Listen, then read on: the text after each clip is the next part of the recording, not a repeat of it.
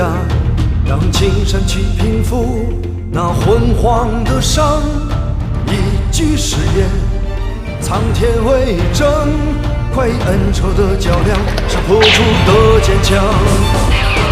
我以为江湖有多远，天涯竟然在我眼前。我以为我是有3000，却载不住一个圆。一生闯荡，侠骨柔肠，酒杯装不下隐恨的风霜。一纸荒唐，天各一方，是谁一生吟唱，爱恨两茫茫。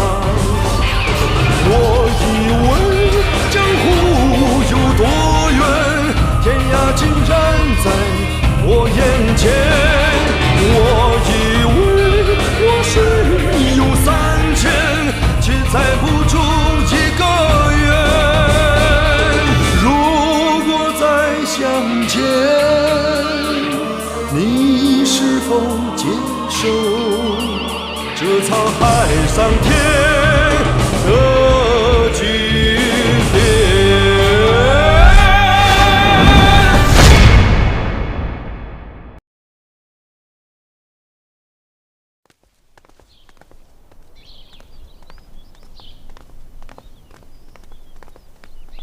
这次可真要多谢魏姑娘了。你用不着谢我，咱们事先约好的事情，该我办的我已经替你办好了，也希望你别忘了你给我的承诺。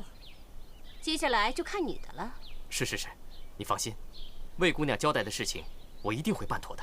你也看到了，这是从厉公公手中拿来的令牌，有了这块令牌，你就是名正言顺的锦衣卫千户大人了。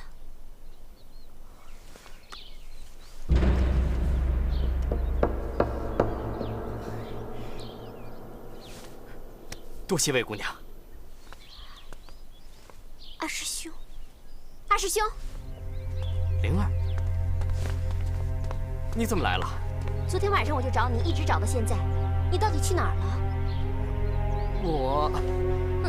你用不着看着我，一个大男人做了亏心事，还不敢承认吗？你胡说什么？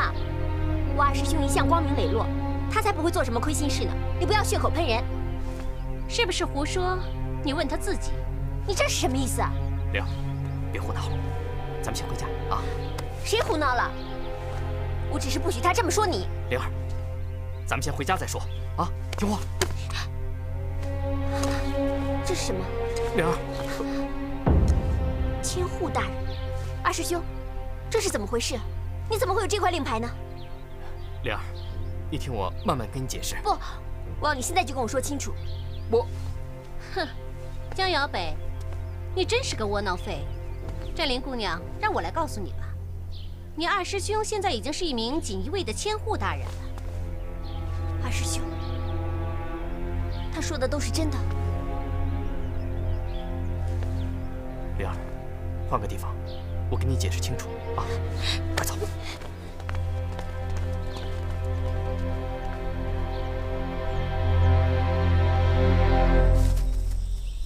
你说清楚，为什么？为什么没经过我爹的允许，你就投靠了锦衣卫，还当上了什么千户大人？我自己的未来，我自己的事情，我自己做主，自己决定，自己争取，我没有必要经过任何人的允许。从小是我爹把你抚养长大的，他拿你当亲生儿子，甚至还把唯一的女儿许配给你。你说的这是人话吗？那又怎么样？他如果真的拿我当亲儿子一样对待，他就应该知道我心里究竟想要什么。从小到大，我对他唯命是从，毕恭毕敬。扪心自问，我不只把他当作亲爹、师傅，他是我的神。那你还说你的事情不需要我爹允许？没错。可他是你师傅啊！我没有这样的师傅。如果他真的把我当亲儿子一样对待，为什么从小到大，他把所有最好的东西全都给了大师兄呢？论武功，大师兄得到了师傅的真传，名满江湖。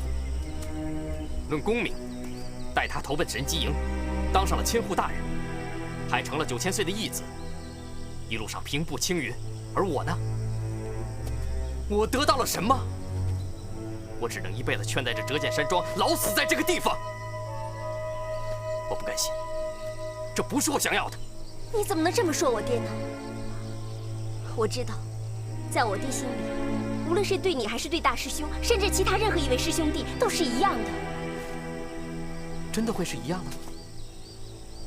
哼，你也知道，师父曾经暗示过我，折剑山庄庄主的传人应该是我。可是大师兄一回来，什么都变了。不，我爹不是一个不讲信用的人，他不会变的。如果他不会变，那为什么要把人选的名字写在文书上，藏在匾额的后面，而不敢当众宣布呢？那是因为你也知道，那上面的名字是大师兄叶红影，不是我江瑶北。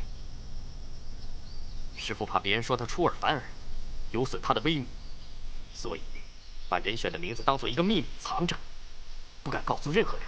可是我爹也说了，下个月60大寿的时候，他会当众宣布的。到时候各门各派齐聚折剑山庄，他当众宣布，庄主的位置由大师兄来继承，也就等于告诸天下，这武林盟主的位置，也是由他最心爱的大弟子叶红影来继承，正好可以满足了一个做大侠的心愿嘛。之所以他不敢在大寿之前宣布，那他是怕徒弟们对他有怨言，说他偏心大师兄。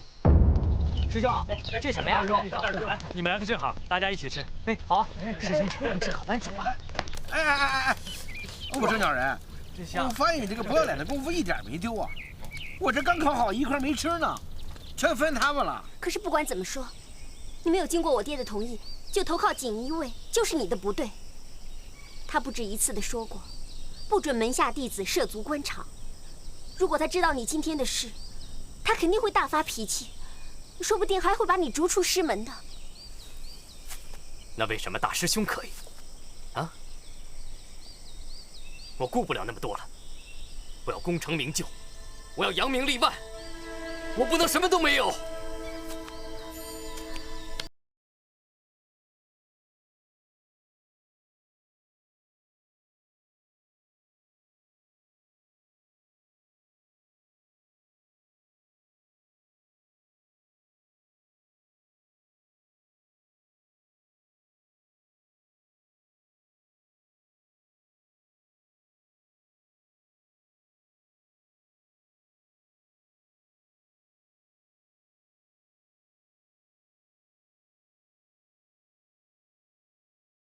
你投效了锦衣卫，你不担心战天云把你逐出师门吗？他不会的，我了解灵儿。你真的这么了解她？哦，我忘了，原来她还是你未过门的妻子啊！你怎么知道的？刚才你们说的话，我都听见了。魏姑娘，我跟灵儿的婚事是师父做主的。我跟他只有兄妹之义，绝无儿女之情。魏姑娘，我心里只有你，请你相信我。好啊，要我相信你，你证明给我看。要我怎么证明？杀了他。可是灵儿跟你没有仇，为什么要杀他？因为我想保护你。保护我？什么意思？你想啊，如果战天云的女儿把你当上千户大人的事告诉了他爹，虽然我不知道后果会怎么样，但是你一定很清楚。不会的，灵儿不会这么做的。别把话说得这么肯定。我告诉你，女人是很善变的，就像我。无论过去我多么深爱着叶红影，但是现在我对她只有恨，所以谁也不敢担保你的未婚妻子会不会出卖你。可是我……正好，我突然想到一个一石二鸟的妙计，一方面可以解除你的担心，另一方面也可解我心头之恨。什么办法？到时候我自然会告诉你，不过前提是，战天云的女儿必须死。怎么，舍不得了？是你口口声声说你的心里只有我，还亲口告诉我要向我赎罪，弥补我。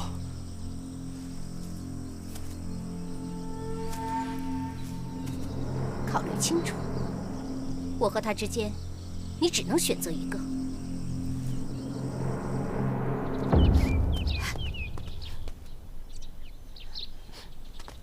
哎，灵儿，啊，我去看看。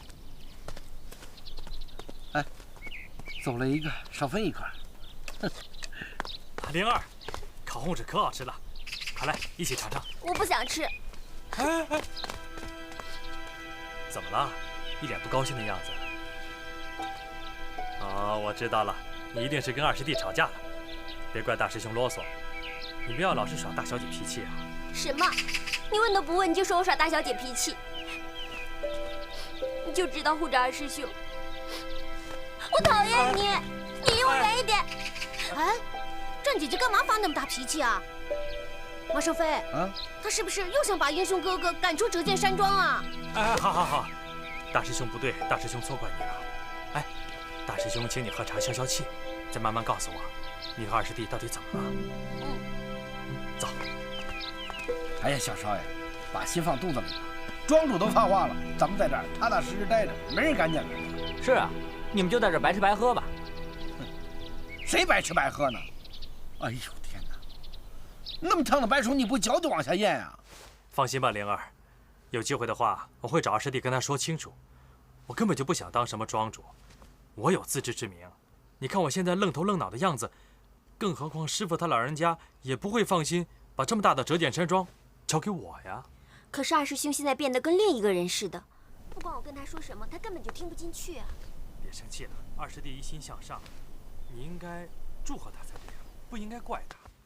可是他投靠的是锦衣卫。锦衣卫？什么是锦衣卫啊？投靠锦衣卫不好吗？大师兄，你不知道，我听我爹说过，锦衣卫是专门给朝廷做事的，而且现在朝廷都被那些坏人把持着。那些坏人就是利用锦衣卫去杀那些不愿意归顺他们的好人。爹就是不愿意被利用，所以才辞去了朝廷里的职，告老还乡的。哦，我明白了，你是怕二师弟被坏人利用，然后又怕师傅知道了会惹他老人家生气，所以才不让他去当锦衣卫的，对不对啊？对，就是这个意思。为了不让二师兄走错路、做错事，我就不能让他继续再当这个锦衣卫。那你有什么打算啊？我决定把这件事情告诉我爹。哎，糟了，这事绝不能让师傅知道。你告诉师傅，师傅会把二师弟逐出师门的。那怎么办呀？难道你让我眼睁睁地看着二师兄去帮那些坏人杀好人吗？哎，你看这样吧，你在这边等我一下，我去把其他的师弟们全都叫来，大家一起想办法，好不好？既然大师兄这么说了，那我就听你的。哦，那你等我啊。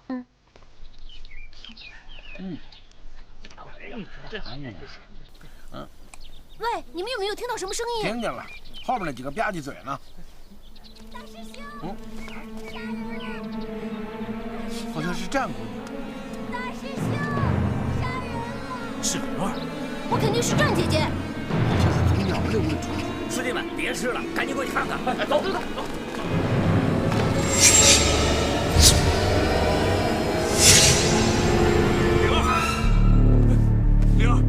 灵儿，你醒醒啊！灵儿，告诉我怎么回事啊！灵儿，小师妹，小师妹，怎么会这样？小师妹，谁杀了小师妹？怎么会这样啊？大师兄，这怎么回事啊？我也不知道啊。灵儿，你走开！二师弟，我大师兄，这是怎么回事？怎么会这样？我不知道，啊，不是我，你们听我说，有什么话，你对师傅去说吧。告诉我，到底是怎么一回事？师傅，我不知道，我真的不知道，我不知道该怎么跟您说清楚。你还装傻？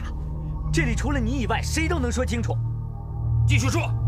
师傅，当时我和师弟几个在花园里，突然听到大师兄的房间传来小师妹的声音，她喊着：“大师兄杀人了！大师兄杀人了！”我们赶到大师兄的房间里，就看到小师妹她已经死了。除了你们几个，还有谁听到灵儿的叫声？当时除了我们几个，他们也听到了。对，事情的经过确实是这样，可是……好了，不用说了，你们先出去吧。是师傅。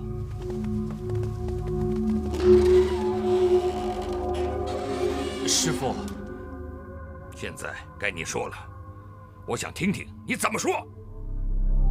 师傅，我也不知道为什么事情会变成这样。我也跟你们一样听到灵儿的叫声，当我赶回房间的时候，发现灵儿已经遇害了。闭嘴！他为什么不喊二师兄杀人、三师兄、四师兄杀人，而只喊你大师兄杀人呢？你怎么解释？你怎么解释？我真的不知道为什么。师傅，二师弟，你们该不会认为是我杀的灵儿吧？我要你解释清楚，灵儿怎么会死在你的房间？灵儿在我的房间，那是因为……不，我不能让师傅知道。灵儿告诉我，二师弟投靠了锦衣卫的事，否则只怕师傅会将二师弟逐出师门。我不能说，这个时候绝不能再让师傅受刺激。你无话可说了吧？灵儿的胸口还插着你的佩剑呢，你别狡辩了。师傅，灵儿就是他杀的。可是如果是我杀了灵儿，总该有个理由吧？你们都说灵儿是我的小师妹，我有什么理由要杀她呀？你要理由是吗？好，三师弟已经告诉我了，在事发当时，你追着小师妹，你们发生了争执。哎，马壮士，当时你也看到了，你跟师傅说啊。当时事情是这样的，他们俩人吵挺凶的，他好像推了他一下。哎呀，马少飞，不说话能把你当哑巴卖了吗？不是，这个时候你就别跟着添乱了，走。我走啊！这干什么你啊？我知道了，以前小师妹三番五次要把你赶出折剑山庄，你心里肯定不舒服，怀恨在心。这次小师妹什么地方又惹到你了吧？于是你新仇旧恨一起算，就把小师妹给杀了。你太狠心了。小师妹年龄小，脾气大，可她是师傅的心头肉啊！你怎么忍心下得了手呢？我没有，师傅，二师弟，我真的没有，你们要相信我。要相信你，可我怎么相信你？人证物证都在，都证明人是你杀的。告诉我，为什么？为什么？我也想告诉师傅为什么，我自己也想弄清楚为什么，可是我就是不知道这一切究竟是为什么。师傅，您不要听他狡辩，请允许徒儿将他绑起来，交到衙门治罪。慢，师傅，事情都已经到这种地步了，您怎么还对他手下留情啊？灵儿可是死在他的手上，我们要给灵儿讨个公道。不要惊动官府。江湖的事情，就以江湖的方式来解决恩怨。倘若红影真是行凶之人，我会在灵儿入关大殓之时，亲手取她的性命，血祭灵儿的亡魂。师傅，把她押到房间去，好好盯着她。是。走。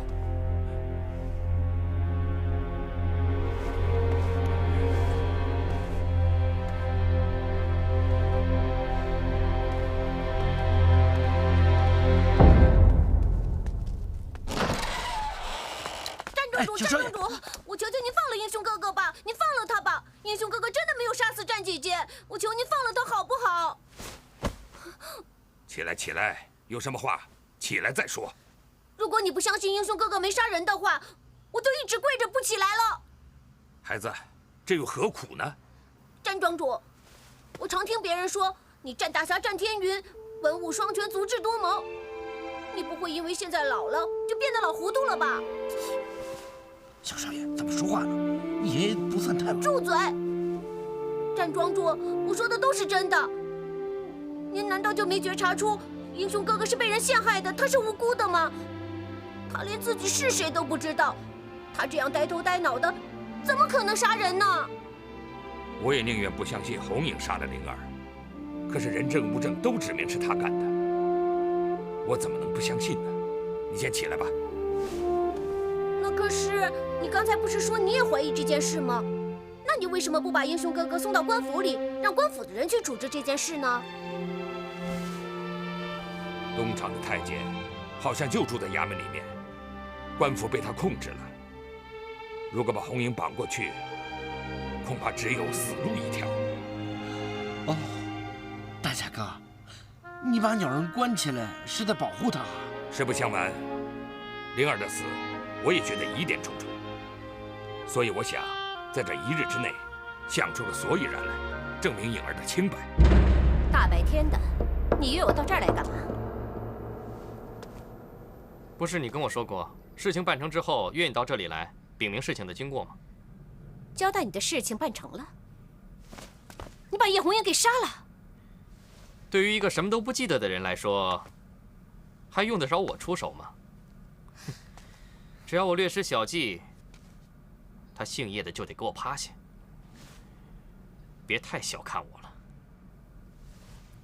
还有，你觉得杀他很难吗？凭我江瑶北的智慧，这不算什么难事。混账！谁让你把他给杀了？放心吧，死的不是你心爱的红影哥哥，是我魏国门的妻子战灵。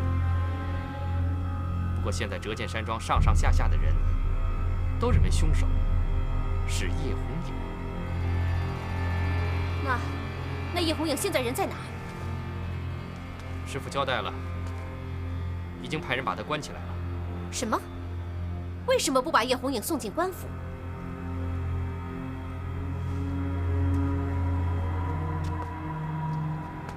战天云果然是条老狐狸，他一定早就打算好了，如果将叶红影送进官府，必定难逃一死。可是事到如今，战天云还是相信叶红影吗？难道他另有打算？不管师傅相不相信他是凶手，还是师傅另有打算，总之叶红影这次是跳进黄河也洗不清了。对了，今天约你来，还有另外一件事，不知道魏姑娘下一步有什么打算？下一步要你安排我和叶红影见一面。不管我怎么冥思苦想，还是想不通，到底谁杀了灵儿？灵儿从来没有跟任何人结怨，可是这个凶手非要置灵儿于死地不可。那如果您一直想不出来到底是谁杀了战姐姐，您会不会把英雄哥哥一直关在房里啊？当然不会。那您会放了英雄哥哥？如果找不到证据证明他是清白的，1日之后，我还是要他血债血偿。可是您刚才不是说了吗？您也不相信英雄哥哥杀了人，万一你杀了英雄哥哥，冤枉了好人怎么办啊？可是现在所有的人都认定他是凶手，如果我不秉公办理，今后让我战天云怎么服众啊？那照您的意思是说，要救英雄哥哥唯一的办法，就是证明他是清白的，证明他没有杀人，对吗？是。我也不希望亲手结束他的性命，我也希望能找到线索，证明红影跟灵儿的命案无关，否则我就要大义灭亲。我不想看到灵儿白白的冤死。好，您等着，我一定想出办法，在1日之内找出英雄哥哥没有杀死战姐姐的证据。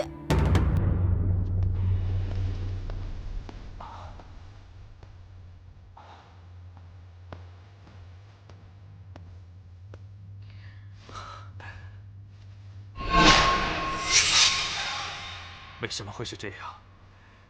我出门的时候，灵儿还好好的，才一会儿功夫，她就死了。我没有杀她，为什么所有的人都怀疑是我杀了小师妹？放我出去！我没有杀人，我真的没有杀人！放我出去！我要跟师傅解释清楚，师傅他一定会相信我的。你这个人面兽心的畜生，说什么都不会有人相信你的。师傅已经说了，等到灵儿入关大炼的时候，取你主命，血祭灵儿的时候，受死了。快点儿，我们只有1天的时间可以证明英雄哥哥是清白的。不走了，哎呀，这身袭人的衣服可把我闷死了。小少爷，下次你能不能换点别那么新招啊？多废话了，啊！我们得赶紧找那个捕快，帮我们找出真正的凶手是谁啊！快起来吧！哎呀，马上飞，你快点啊！哎呀，我知道了，知道了，知道了。天都快黑了，我们的时间真来不及了。哎呀，我也知道来不及了，我的脚都快走平了。问了那么多人，走了那么多路，人家不是说了吗？现在衙门里没捕快，只有锦衣卫。哎呀，衙门里没有捕快，我们可以去别的地方找啊。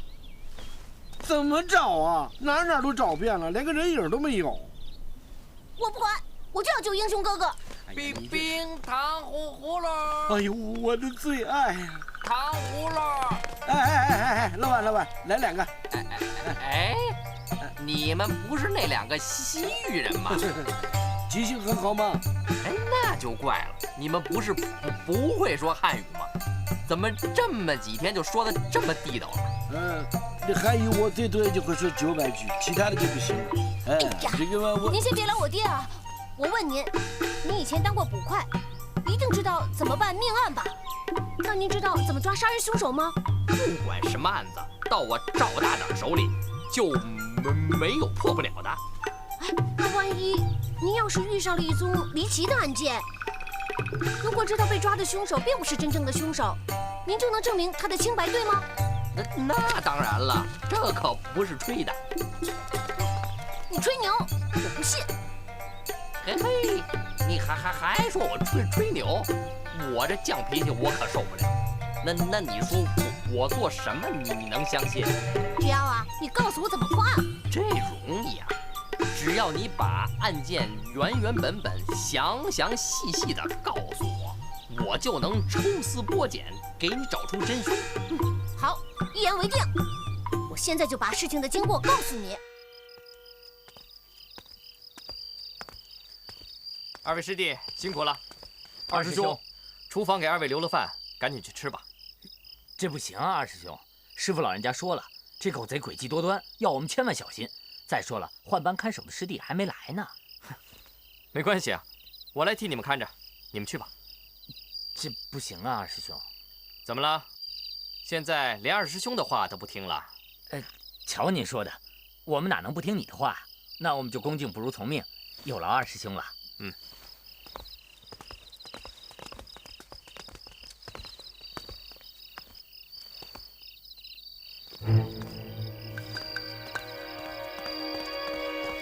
怎么样？都安排好了。好，开门。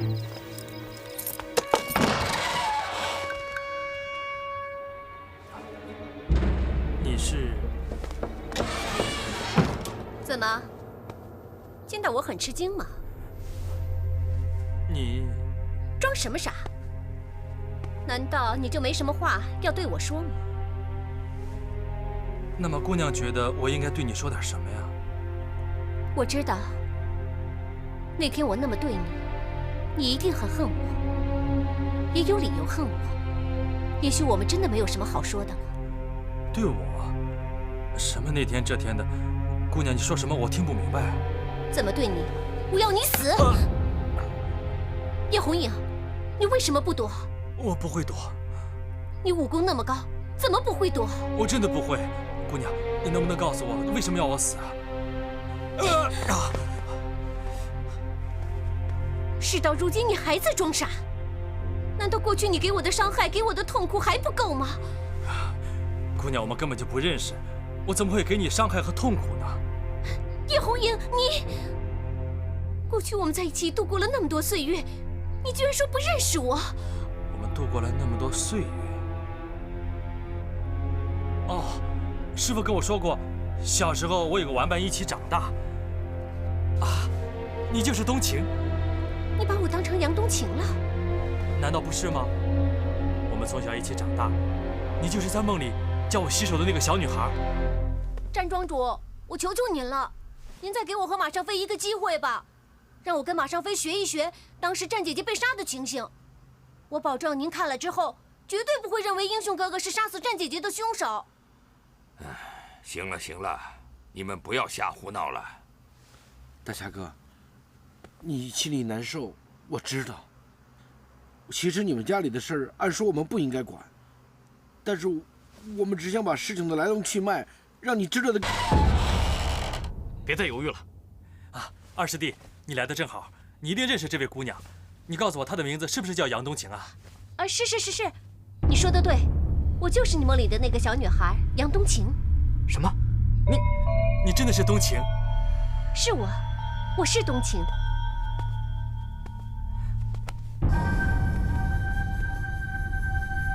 都什么时候了，你还儿女情长的，抓紧时间动手，要不然一会儿人就来了。我可警告你，到时候可别怪我翻脸不认人。我在门口给你看着，赶紧动手。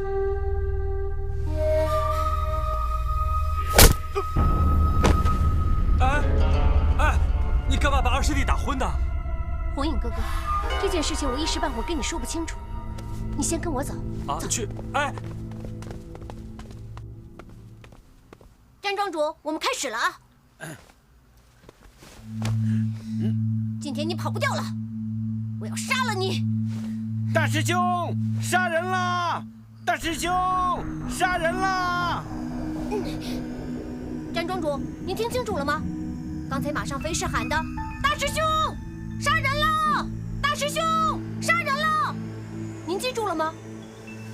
好，这次我当英雄哥哥，你还是当战姐姐。你怎么老让我当女的呀？我让你当你就当嘛。行，詹庄主，您看清了啊！哼，我要杀了你！大师兄杀人啦！大师兄杀人啦！詹庄主，这两种形式都不一样。第一次马尚飞喊的是“大师兄，杀人了！大师兄，杀人了！”第二次他喊的是“大师兄杀人了！大师兄杀人了！”老夫还是不太明白，这两者有什么区别呢？嘿，大侠哥，你怎么回事？很简单嘛。姐走了。什么？姚北哥哥，快把事情的经过告诉詹庄主吧。我去的时候，叶红影不知去向，我正在纳闷是怎么一回事，一不小心就被人打晕了。没看到是谁打晕了你吗？师傅，都是我不好，没有看住杀灵儿的凶手。您责怪我吧，我对不起您。这也不能怪你，好好休息吧。可惜，让叶红影那个狗贼给跑了。大哥哥，你就别着急了，我们呀正跟战庄主琢磨着呢。杀死战姐姐的凶手啊，不一定就是英雄哥哥。对，我们一定把事查清楚。你总不希望梅公门的妻子死得不明不白吧？没错，我也希望能把事情查清楚。可是所有的证据证明，所有的尸体也都能够证明，叶红影她就是凶手啊！有很多事情都是亲眼所见、亲耳所听，它未必是真的。往往有很多事情都是容易欺骗自己，那就是亲眼看见、亲耳听见。所以我反复思量，灵儿的死确实有很多疑点，所以我希望能够理清真相，以为灵儿的在天之灵。师傅，叶红影就是凶手，这就是真相。徒儿被人所伤。师傅啊，师傅，您怎么还不相信？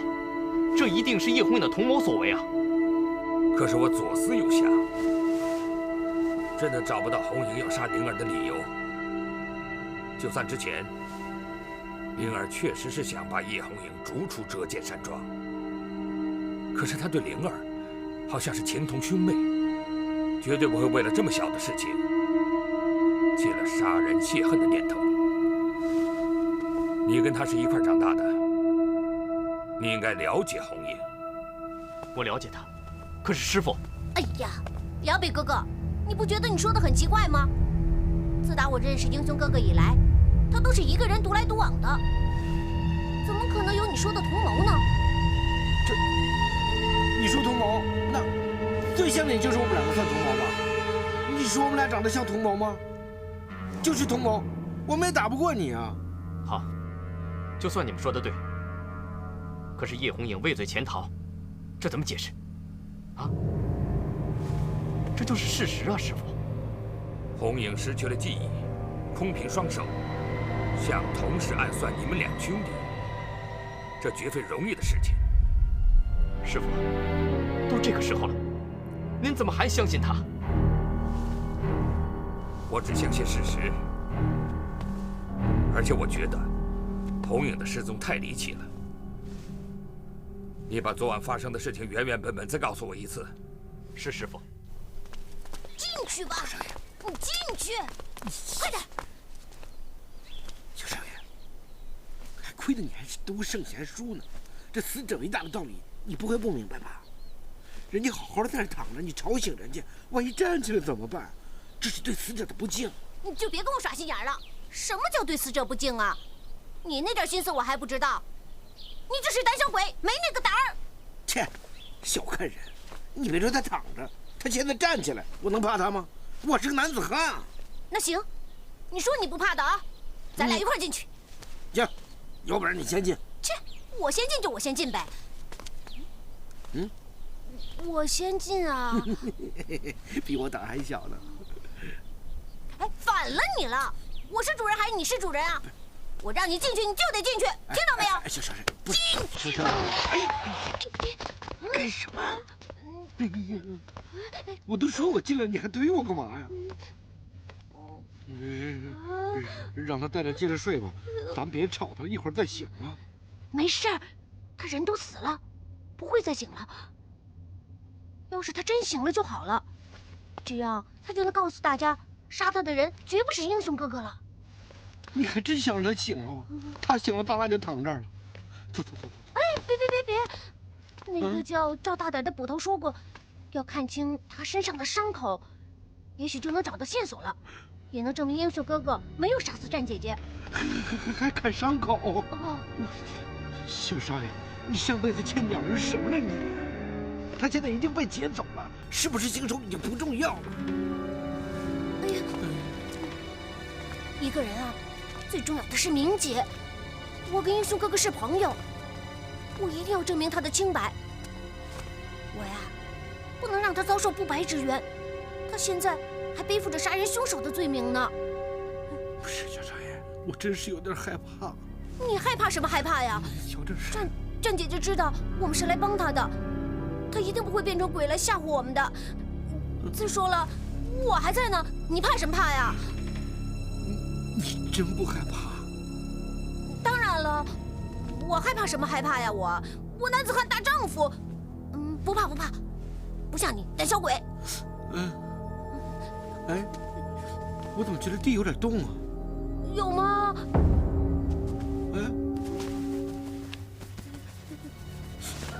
小少爷，你脚怎么直哆嗦呀？我冷行吗？我冷。其实我比你还冷。小少爷，咱们不在这儿，咱赶紧出去行不行啊？不行，反正来都来了，不能半途而废。对了，咱们去看看战姐姐的伤口。快去看看！你非把我废在这儿。去呀！快点儿！哎呀，快点！快点！你看看他身上的伤口。看伤口。小少爷，干嘛？你把左手给我。不许跑啊！我负责撩，你负责看。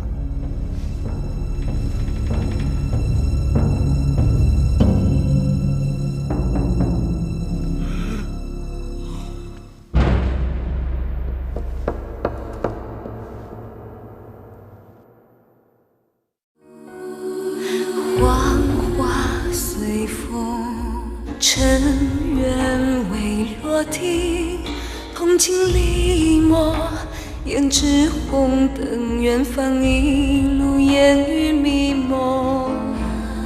月落无声，照一世浮萍，千回百转到了曲终，还不见你的踪影。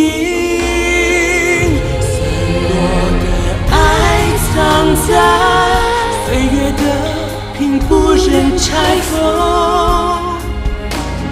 只愿它还会让我们紧紧相拥。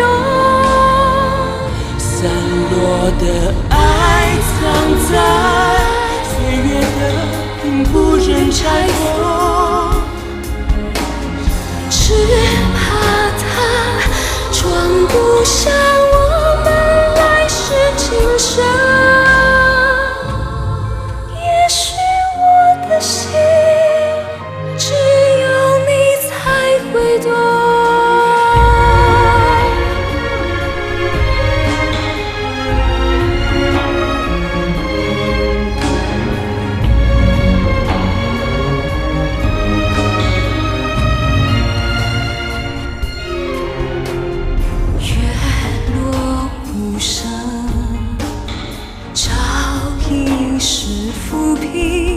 千回百转到了曲终，还不见你的踪影。散落的爱藏在岁月的屏，不忍拆封。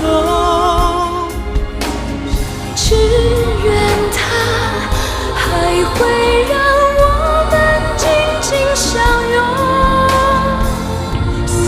落的爱藏在岁月的屏，不忍拆封。